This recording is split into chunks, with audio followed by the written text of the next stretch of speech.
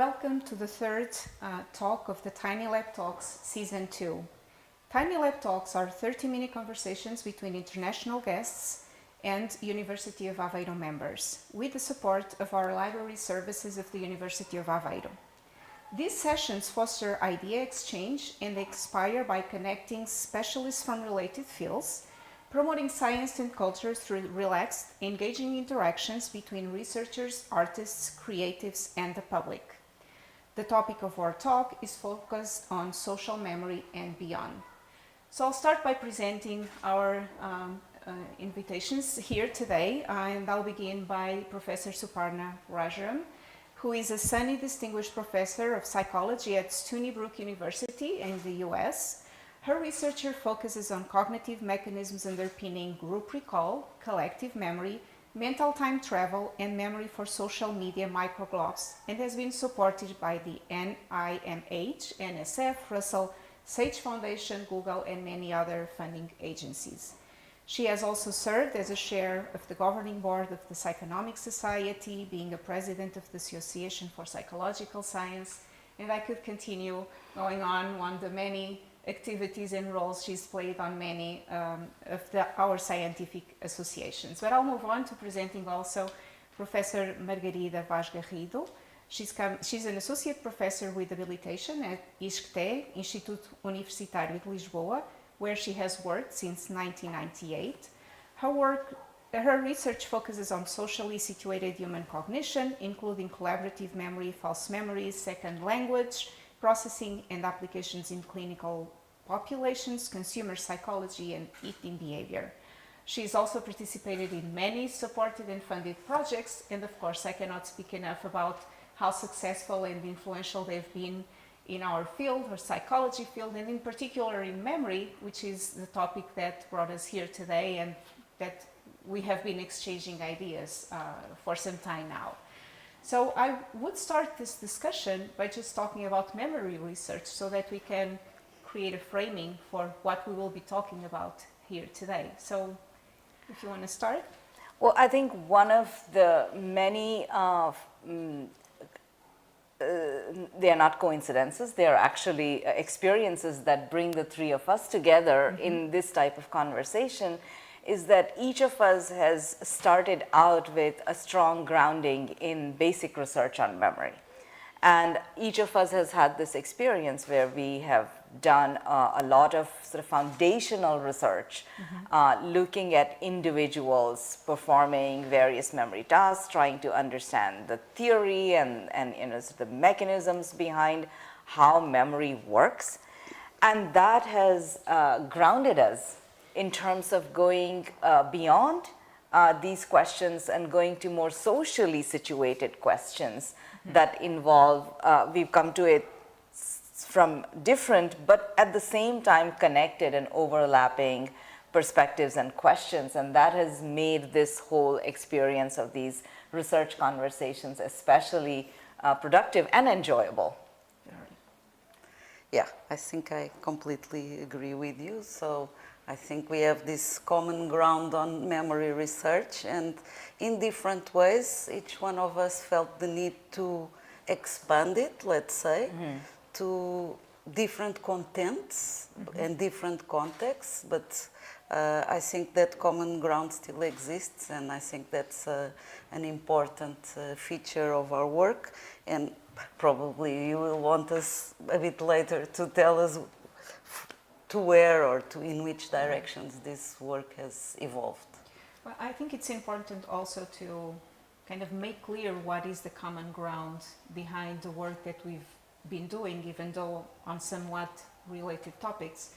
And I would say that it is the basic or the experimental component of what we do and the level of credibility that we want to input into our experiments that then make our findings potentially applicable to other domains.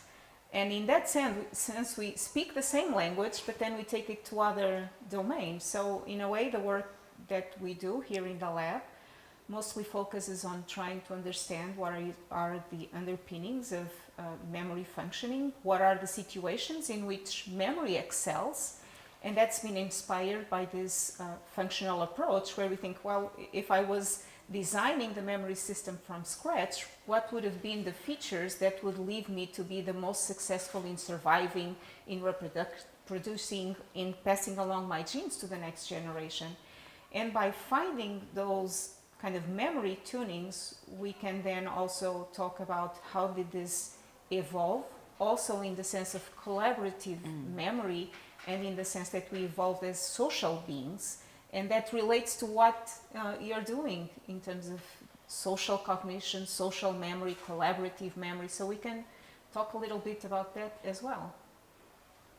Don't you want to start? So, collaborative memory is an area of research where, as in Margarida and I have had a background, and it continues to be a very central theme in what my lab group has been working on. And the idea is that we each come with our own abilities and perhaps susceptibilities in what we remember, what we forget, and where we reconstruct the memory so that it probably bears very little resemblance to how the experience actually took place. But when we start to share this information with others, we start to have this mutual influence with our social partners or our social friends, they can be family, and we begin to influence each other's memories, both in terms of maybe making it more accurate or making it less accurate, but in that process, arriving at a shared representation of a past that we all perhaps agree on or believe to have occurred. And this notion of collective memory that we as a group come to share is a very broadly based and socially based phenomenon, but having it anchored on this long tradition of memory research that has a strong theoretical and mechanistic basis informs the paths that we can take to extending this continuous line from basic research to these more broader socially relevant questions. So that's sort of has been one of the driving attractions in addressing these questions. Well, I could not agree more.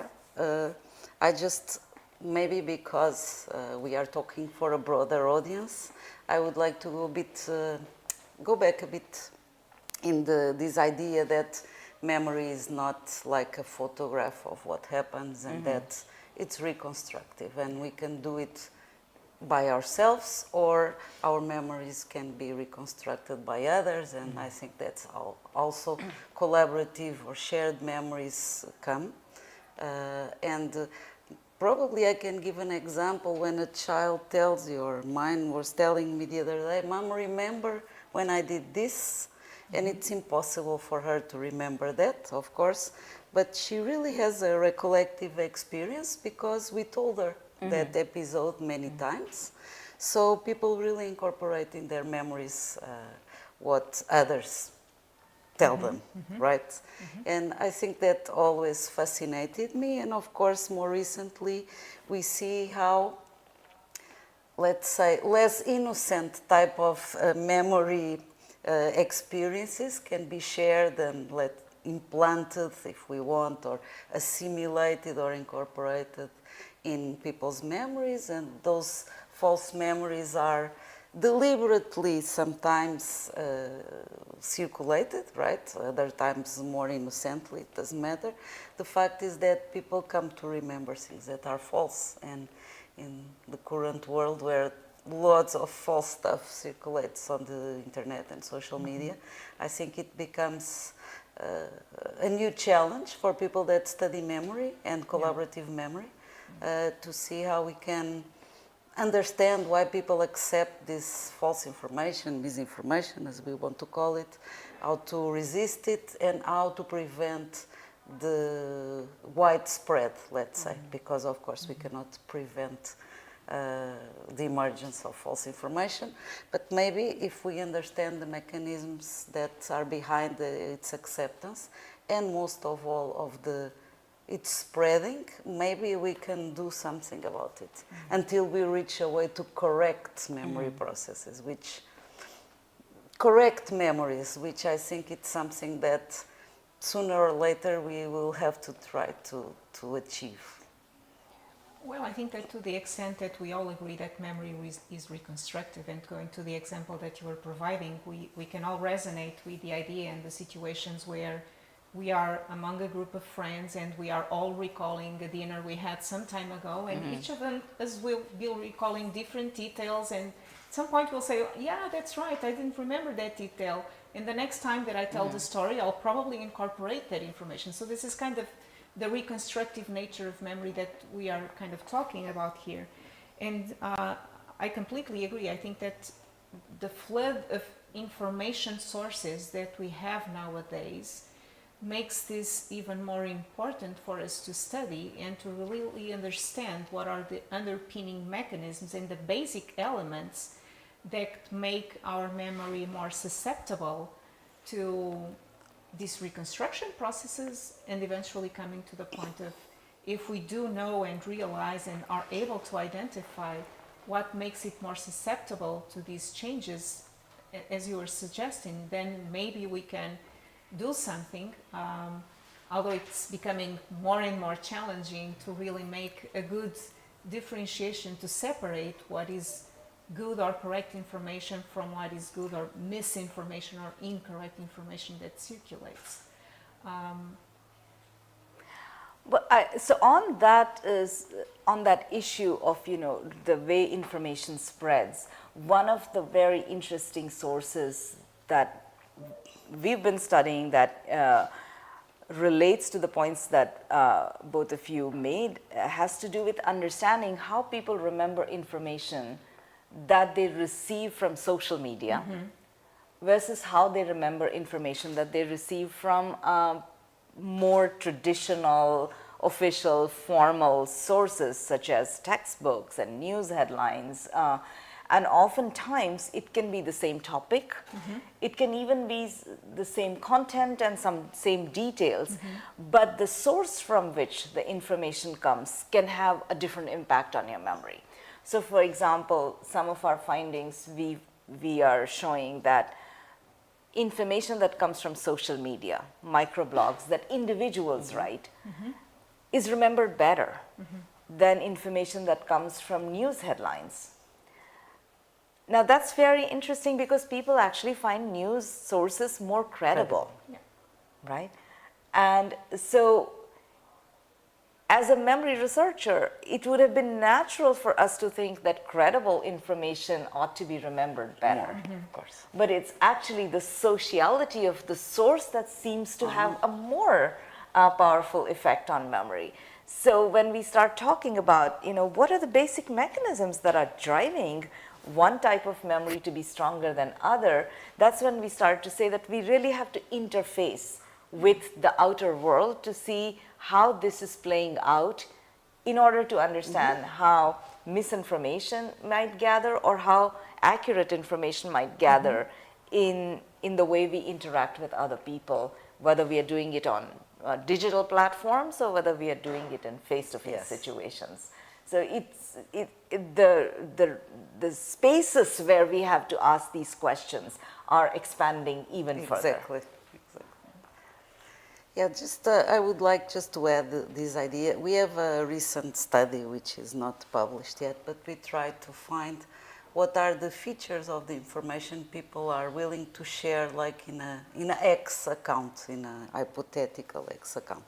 And what is interesting, and I thought it was interesting and also a relief for me, the main, let's say, the mediator of spreading between false and true information and spreading is the belief. So is the veracity people attribute to the information. So basically, people are more willing to share information they believe is true, which is nice, right? I mean, of course, there are evil people, there are other motivations to spread false information for several ends, but at least average participants in our studies seem to like or prefer to share information they believe it's true. The point is, people believe a lot of stuff that is not true.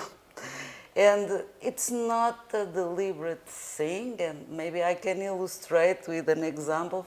So I can tell you about a house here near Aveiro in Mortosa that my grandfather had, where I learned how to ride a bike, and my brother, and we spent the months here, and we had this big garden where we would go back and forth with our bicycle, and it was really nice. And this is my memory that I'm sharing with you, and that was a memory I carried for a long, long time.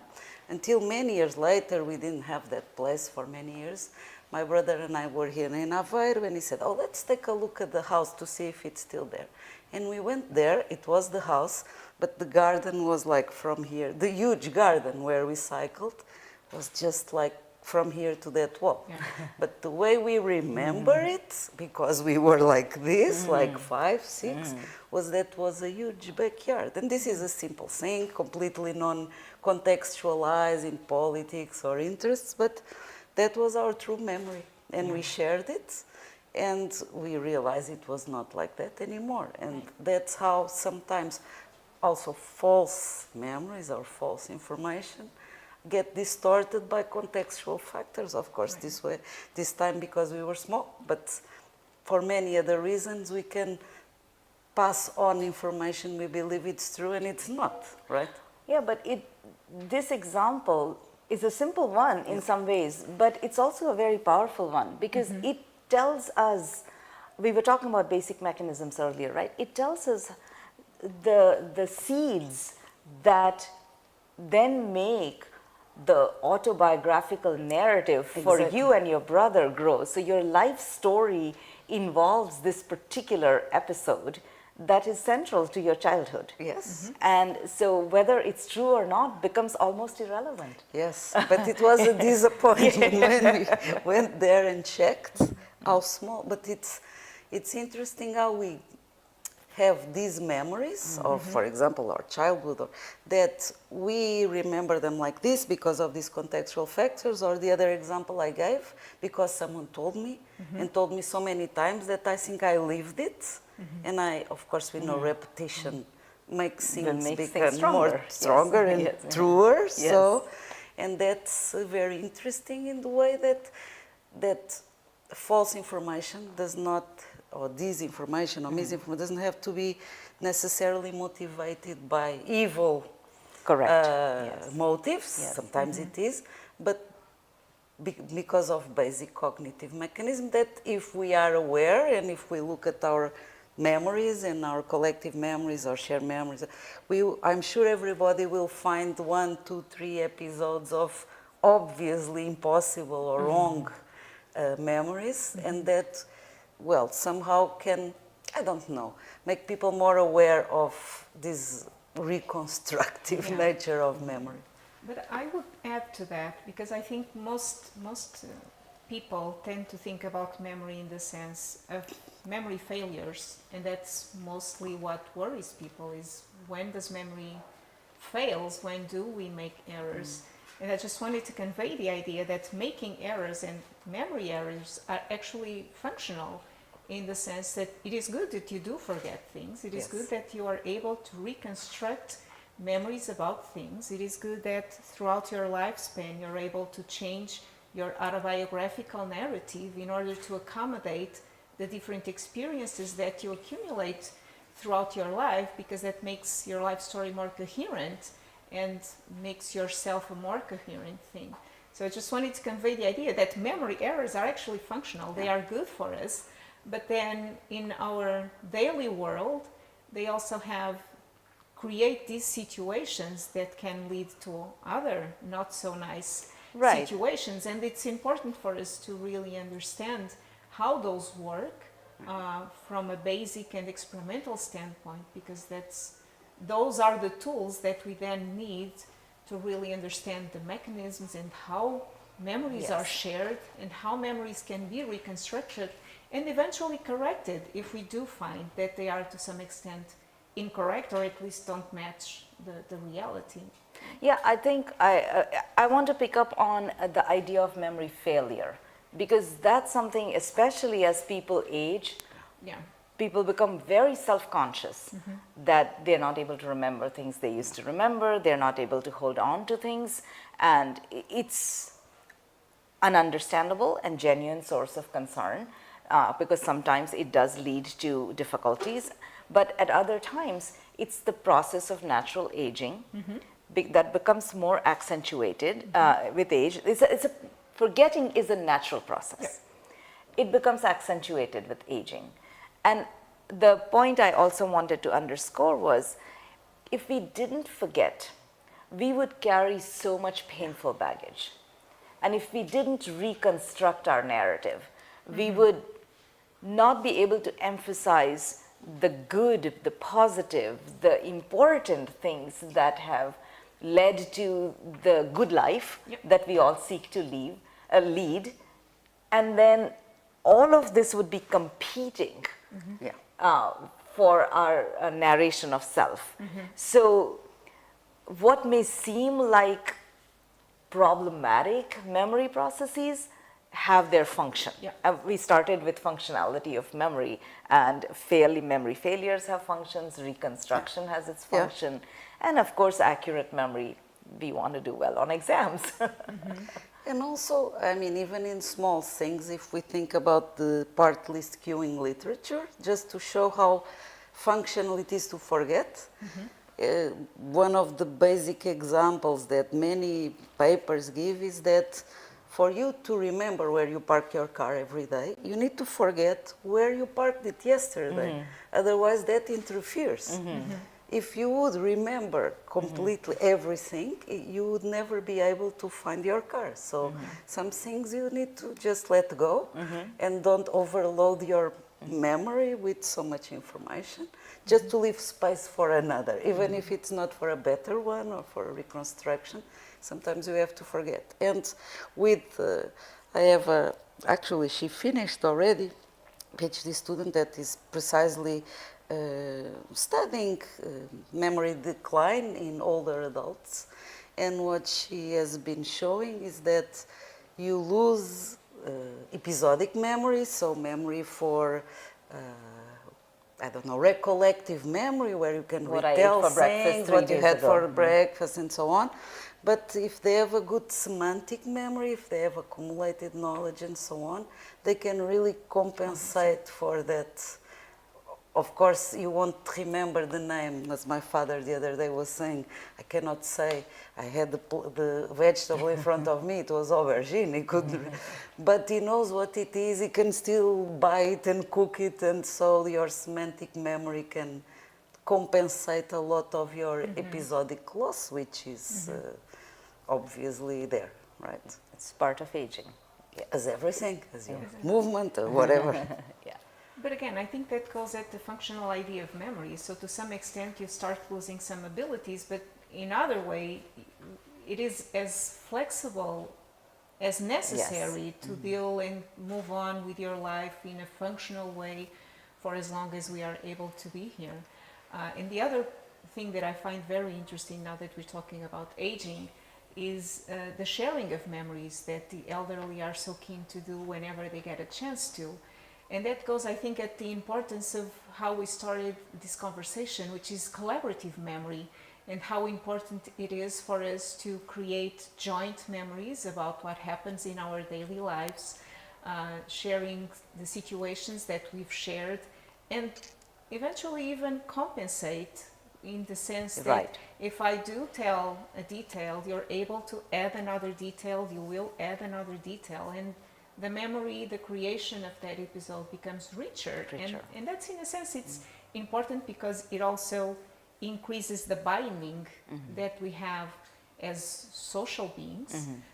And so in that sense, I think studying phenomena like collaborative memory, social cognition, how does memory work in this context of sociality, sharing information, being influenced by others, is also extremely important, particularly if we are able to bring into the table all of the specific and the experimental rigor that we all try to input Yes. into our work.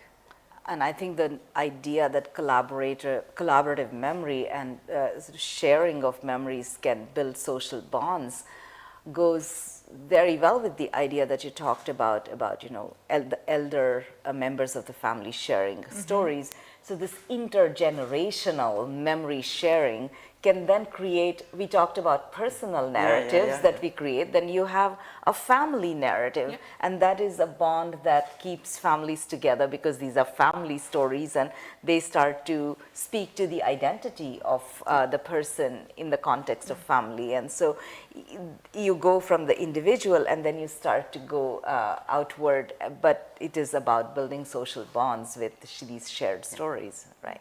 And with friends. I mean, And it's with sometimes friends, you of spend course. the night just reminiscing on what happened during that road trip that you did, and that's a way of bonding as well through collective memory.